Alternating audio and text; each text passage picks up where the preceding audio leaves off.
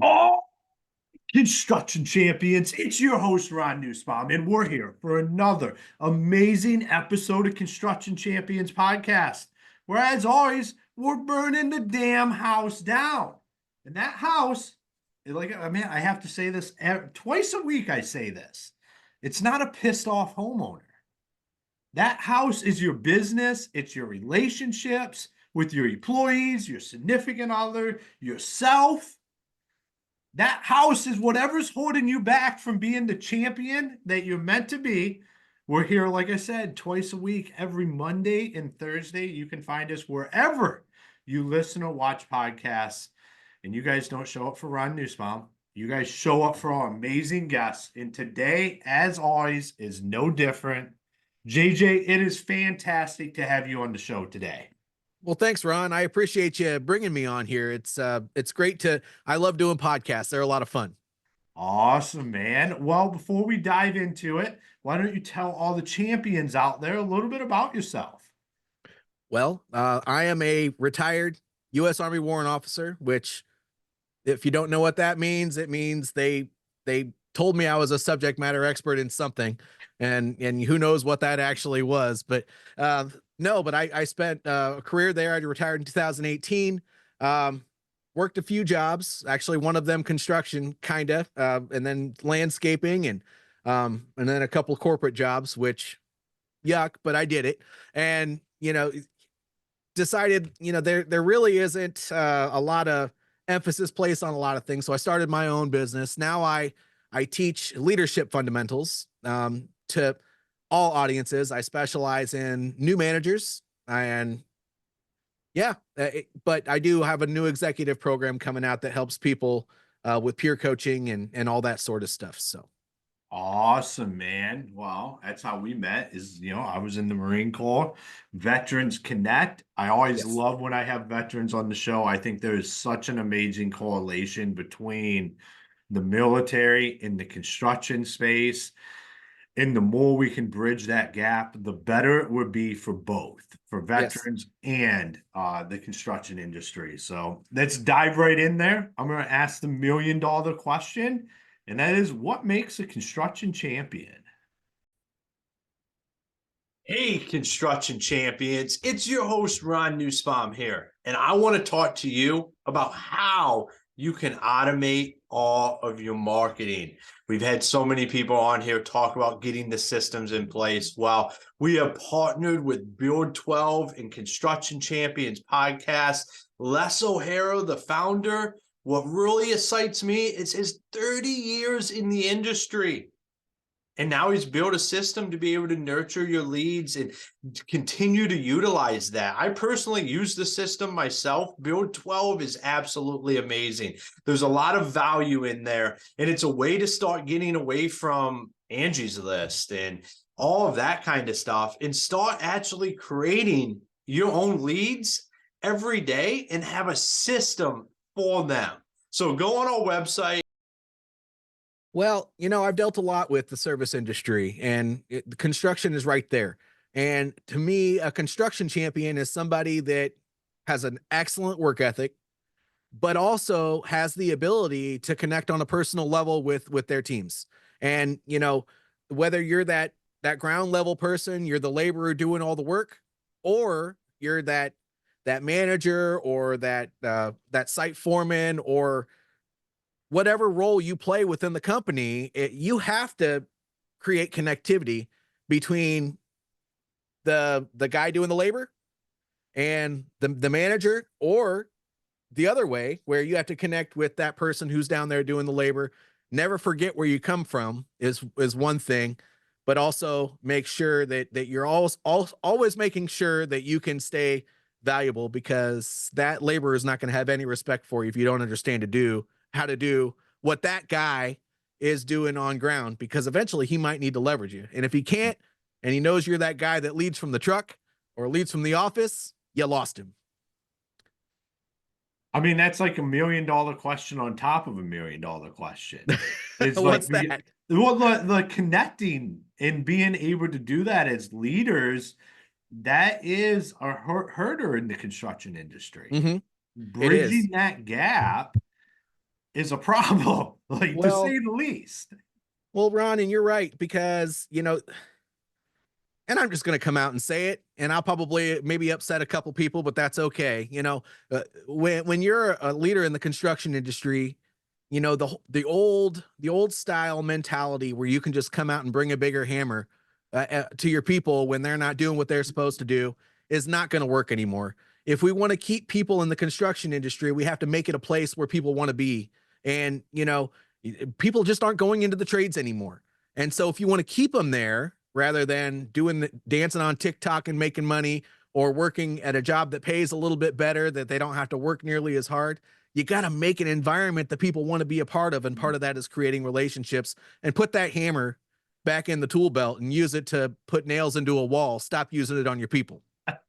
Yeah, no, we do have an old school mentality in the construction industry, and that doesn't fly nearly like it used to. I look back when I got in the Marine Corps in what 2010, late 2010, 2011, and I ended up in construction, and I think a lot has changed in construction since the first day I showed up on a job site and was stuck back behind a furnace with a jackhammer for 12 hours with the intention of would I show up the second day? Like they wanted to know, would I show up? Like do the most miserable job and would I show up the next day? I think this is a great conversation because I think there's room for a little bit of both. I think if we're going after the appropriate clientele, we can keep some of that. I'm gonna go out on a crazy and call it heritage of what it's like to be in the construction industry. We can keep some of that. We can't be 100% that, No. like when I ended up at Paris Island, when I ended up Paris Island and then School of Infantry and then to the fleet, everybody was like, it's changing. Everything's changing. It was at a time, 2007, hazing was a huge thing. They were trying to put it to bed. They weren't, but they wanted to Good have luck. that reputation. Yeah. And so everything's kind of always becoming more progressive and changing and moving forward. And I think we have to do that. But if we're bringing in some of the right clientele, it's not about having a big hammer and beating people down. No. But I think people come to the construction industry because they're looking for that structure, that discipline, that understanding, and we can keep that. And I think when we try to do like we go too far, where it's like, is this even a job site that I'm on? Like, I think we can find a happy medium. Yep. I agree. I think that happy medium lies in a place where you're working in an environment where there are a lot of safety hazards. You need to jump down somebody's throat if there's something bad going on in the safety realm. I think that's something that you gotta bring the attention to the forefront, stop whatever bad is happening, bring it back down, and have the conversation. But there's a difference between that and just being an overall jerk. That just doesn't work anymore. And I think that there's a certain type of people that work in the construction industry, and professionalism, I might have a different conversation if I was talking to somebody in corporate America. Mm. But when in the service industry, people want it to be a little bit more laid back. They want to be able to use maybe a different level of language than they would use if they were to go wear a shirt and a tie or work in a grocery store or something like that. And so you're right, there's got to be a certain level of openness, and maybe you got to cater to the types of employees that you bring on. And the stuff that I help people understand at the bigger companies about culture, it still applies in the construction industry. Hmm. The type of people that you bring in should fit the culture that you want. So if those people are all the type of people that want to go get a drink after work and talk about what they're doing with their young ladies and all that other stuff, well, then that's the type of people you hire. You talk about the culture before they come in so that they're not freaked out by it and they leave when they come onto the job site. If you want a culture where, it's all business, watch your language, do this, do that, we're here to get the job done. We're not here to jaw jack and do this, that, and the other thing at work.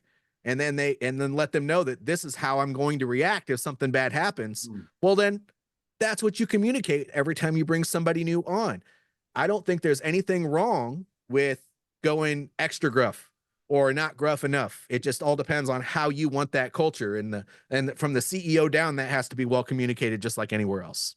Yeah, no, and so that you bring up a fantastic point there, because I think what can be lost in how I communicated that was like, I'm anti assholes, like I'm anti jerks. Like I think like that's wrong. That's a bad culture fit. That's wrong. If you're that, like we have a bad reputation of a lot of that in the construction industry. And I think that overshadows what I'm talking about is like the not the laid like there's it's a different environment. And I think we try to flush everything out, but what we really need to just flush out is the jerks. Like that is what's ruining it, because those are the people that are over the top, overbearing, and they're just doing it to do it. Like there's nothing productive coming from it. And we all know them. We Mm-hmm. all know who they are on the job site. If you don't know who they are, rude awakening, it's probably you. So Right. look in the Right. mirror on that one. But I think that is more what I'm talking, I guess, Yep. talking about. Yep. Yeah, we're saying the same thing. And and just to the only reason I went into detail is because we need to elaborate on that, because when you unpack the idea of being that person, what a lot of people don't do at the ownership level and the superintendent level, when they have those people on those teams that are running the teams, is they're allowing them to continue that way because they bring a certain skill set. Mm, And that's hard. I mean, when you think of demoting somebody that's been in a management role or a site management role for a really long time, you're afraid of how that's going to affect the relationship with that person. Maybe that person was one of the original site managers that you had with the company, or you brought them in because it was a good buddy of yours, or whatever the case may be. Nepotism never works, by the way. But that's a different conversation. But there's some tough conversations that have to take place, and you already have a hard time bringing people in. And so if you're taking somebody out of a role, or you're trying to get them to understand that they can't be acting a certain way, it could affect the organization by losing that person. Or if they get demoted down to a labor level, it could affect the morale of the team, because now that person is probably out there spreading all kinds of language to all the other workers. And I mean, we've all been there. I've been at the line level, is what I call it, because I was one of the laborers, you could say, in different jobs. But there's definitely the people that can spread negativity like wildfire, and those people were in leadership positions, or they're just there, and identifying them at any level and getting rid of the poison is going to be important to the culture of your team. absolutely. And what we do in the construction space is we do a really good job of promoting people that do the job extremely well. And like that's our justification for promotions, and it's the worst way you could possibly do it. And I remember I promoted this guy to being a foreman, and he was one of our most rock star employees, and made him a foreman, and it became a complete shit show. And I didn't understand it, because the guy was really, really good at what he did. And we got him a promotion and put him in an environment where he could really go out and have a ton of success. And it just wasn't working. And we sat down in my office, or I probably sat him down, because like that's just how this conversation was going to go. And I asked him, I said, well, what's going on? Like, I don't understand this. Like, it would appear to me like you don't even want to run a crew. And he goes, well, I don't. Like, I just want to do what I do. Like, I'm really good at what I do. I love doing it. I don't want to be responsible for the job outcomes. I don't want to be responsible for these guys. And it hit me is I had never even sat down with him and asked him, do you want to be a foreman? I just assumed he's really, really good at what he does. Of course, his career trajectory is to continue to move up the line. And I put him in a position where his life immediately overnight became miserable in his minds to where he was looking for other jobs. And I said, well, what if I just put you back out on a crew? Would you be happy? And he's like, that is my ideal outcome. Like, I don't want to be a foreman. I never asked to be a foreman. You made me a foreman because I'm good at what I do. And he's like, I take that as a compliment, but that's not what I want right now in my life. And Mm-hmm. then that completely changed how I had conversations with guys around who was going to become a foreman. And I just started asking people, do you have any desire? And we started weeding out. Come to find out, believe it or not, guys, not everybody wants to move up the chain. Some of them are just happy being where they're at, and we have to figure that out and be okay with that. You know, everyone has a different sight picture of what success looks like to them. And sometimes success looks like to them they just want to show up, do their job, and go home. For some people, you know, moving up in whatever role that they're in. And by the way, everything that you described, companies, huge companies do it, hospitals do it. I worked with a hospital client, and they did the worst at that. They took their best doctors and would promote them to managers, and then all of a sudden, all their numbers started getting worse, and that person health started declining and everything else, and they wondered why. Well, got to have that conversation. But sometimes when you're not, I wouldn't say that you're not seasoned, but you haven't really had the exposure to a management role where you had other managers working for you before you became a construction leader. Because let's be honest with you, with each other, rather, you know, when you start a construction business, oftentimes you're just you were that guy that did a really great job. I mean, maybe you were a great concrete guy, and you had a bunch of friends, and you went off and started your own business, and then you grew, and so you had to start hiring, and then you built a leadership structure there. Well, if you didn't have that exposure or that experience before, then having those conversations when it's time to start moving people up, you're probably going to fall on your face a couple times while you're trying to figure that out. And that's okay. By the way, that's how we grow, is we do those uncomfortable things.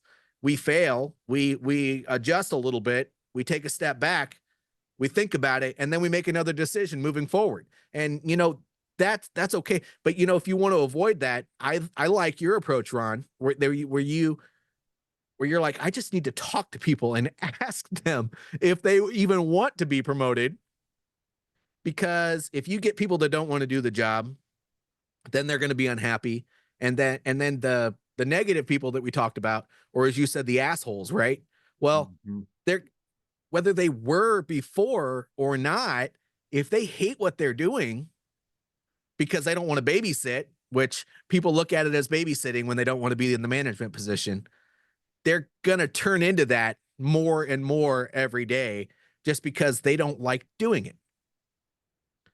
So that's one way we can avoid that. I mean, I think that you have to have those critical conversations to make sure you're promoting the right people. And if you don't have somebody there to do the job, you have to do the more uncomfortable thing, which is to put a job post out and hire somebody to do it, which nobody likes to do either, because you're gonna get whatever the market throws in your direction, and they could lie to your face if during the interviews and then show up and do a horrible job, or they might be great. And so that's a gamble too. And you're paying Yeah. them a decent amount to do that. And then I would definitely say the faster you can take yourself out of the hiring process, the better your business would be. Oh, Because yeah. we have a tendency to just either hire ourselves or hire because we feel like somebody's going to be really, really good at the job. And that's where the assholes come from a lot of times. Like Yep. some of my best hires were people I had nothing to do with. And my worst hires were the people I was 100% sold on this was going to be a rock star because I knew what they could do out in the field. But I had my blinders on of what exactly they like. You could tell, like you can tell a mile away. Like Yeah. in the construction industry, you can walk on any job site. You can tell who are the guys that just get shit done, who are the guys that get shit done, but all the assholes, and who are the guys that are just the rollovers. Like you can go on any job site and figure this out in about 30 minutes. Or You got to less. hire for that center. Like Yep. who's the guys that just get shit done that aren't either direction, and you have the ability to grow them into what your company culture is. Yep. Well, and you actually hit the nail on the head. Like backing up a little bit, you talked about to take yourself out of the hiring process. As the business owner, or sometimes even as the operations manager, you're way too close to all the projects that are going on, and you only look at things for what you see every day. You got to get somebody that understands what a manager is. And though we know we always want the best worker when we're the owner of the company, right? But if you can get an HR generalist or somebody who has a lot of admin experience that understands the different roles that the company needs to play to help you with that process, as the business owner operations manager, your job is actually to take a step back and constantly observe the landscape so that you can make the decisions on all the jobs and the work and the contracts and everything that you're dealing with as the higher level position. And you got to let the people doing the work do the work. Mm-hmm. I mean, Yeah, that's one thing that a lot of people that start construction businesses never do because they feel like they have to have a level of control. And if you always have that level of control, either you're going to stay at a certain level and you're never going to grow, or your business is going to completely crumble as a result of it. yeah. We do like control. I think Yes. that's business owners in general. Yes. Yes. Doesn't Well, matter I'm what gonna say, industry. so from a high level, as you're building out your business, once you take yourself out, so like say you are that operations manager or you're a sales manager at a business right now, you from a hiring perspective for your department, the only thing you should be doing is reviewing resumes to okay to HR and say yes, they have the qualifications to do the job. Once we, because I what in construction, it was really hard for like our recruiters and then our HR to like actually understand the resumes and who could do the job. So what we would do is we'd put it on the department heads to say yes or no from a resume perspective. Like, do you think this person can do the job? And then they were out of the hiring process from there on out. And our operations people would do the interview process with the sales department. Sales department would do the operations, vice versa. Any of the office staff, we would keep the management cross. We would have cross management doing the interview process because we knew we were all too biased. If you're the sales manager, you're going to hire the sales rock star that you know can drive numbers, but might be a complete culture miss. And you're Yes. going to do the same thing as the operations guy. But what we need to do is we need to understand is can they do the job and do they fit the culture? So how do you do that? You take the bias perspective out of it and you put somebody in there that's going to hire based on who they are and do they fit the culture of the Mm-hmm. company. Yeah. And, we're both veterans. I need to put this plug out there because I think this is important for people too to understand is that every day there are people that are entering one level of workforce and going into the civilian workforce, and they have absolutely no idea what they want to do. Mm. And that's us veterans, right? There are transitioning veterans every day. If you live near a military installation, it might be beneficial for you to go and make friends with that transition office. Because if somebody is confused when they're going through the TAP program at whatever service they're a part of, and they don't know what they want to do, it might be beneficial to have that friendship and bring them into the trades. We need people in the trades. Veterans are hard workers. They follow orders. They show up on time to work. How many people do that these days? And they if you give them a uniform to wear, they're going to wear it. And you know, in the construction industry, especially, you want a champion. You got one right there. And if they don't know what they want to do, yeah, they might use you as a stepping stone until they can find something that they feel better suits them. But at least you're giving somebody an opportunity that might keep them from living on the street. Mm-hmm. And those people don't deserve that, because I won't say all veterans are wonderful, but I will say that a lot of them, they just want to be part of a team, part of a family. And I believe in the operations world that construction has, it's a great fit for a lot of those guys, even if it's only temporary.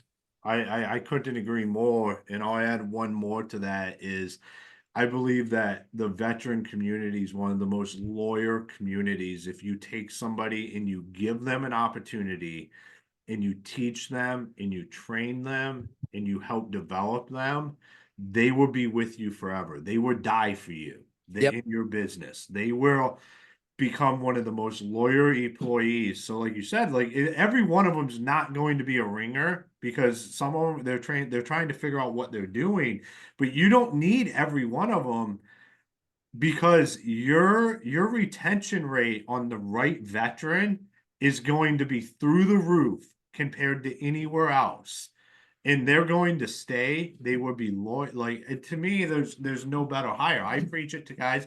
I'm not far from Camp the June. Anybody I meet around here that's in construction that tells me they have a labor problem, I say I do not even understand. You have one of the best funnels. You have Marines getting out, and most of them aren't going back home. They don't know where they want to go, but they're not going back to where they came from. You need to be over there building relationships, and that's how you can transition these guys into your business. And you do them right, they will be they will be along your side and for the rest of your business life. Yep. So Yep. So the local active duty military installations, that's one. Two, if there is an armory for National Guard or Reserve or Air Guard or whatever the case may be nearby, go in there, talk to somebody in uniform. I mean, they're just because they're wearing a military uniform doesn't mean they're always going to hold a gun on you or something. My goodness, talk to them. Say to the commander, he's going to appreciate it more than you think. Hey, if you have any of your part timers that they're struggling to find work, have them look me up. I might have an opportunity for them. And if you do that and you build those relationships, it's gonna create a better sense of community between the military and civilian side, and you might just get a great employee out of it. awesome, man. I love it. I love our conversation. This has been fantastic, Yep, man. I agree. I have really enjoyed it. So, for all the champions out there listening, if they wanted to connect with you, wanted to follow you, learn more about what you do, where's the best places for them to do that? So if they want to learn about me, I'm going to say go to YouTube and type in Victory Leadership Coaching. That's one. And you can go on there. All my platforms are listed there, so you can connect with me there. My email is jjhardy81@outlook.com. Send me a message. I'll talk to you about whatever you need. If you have a question or whatever the case may be, I'm here as a resource, especially when it comes to hiring veterans. I would love to connect with that. And you can always call me 757-325-5910. I'm an old fashioned guy.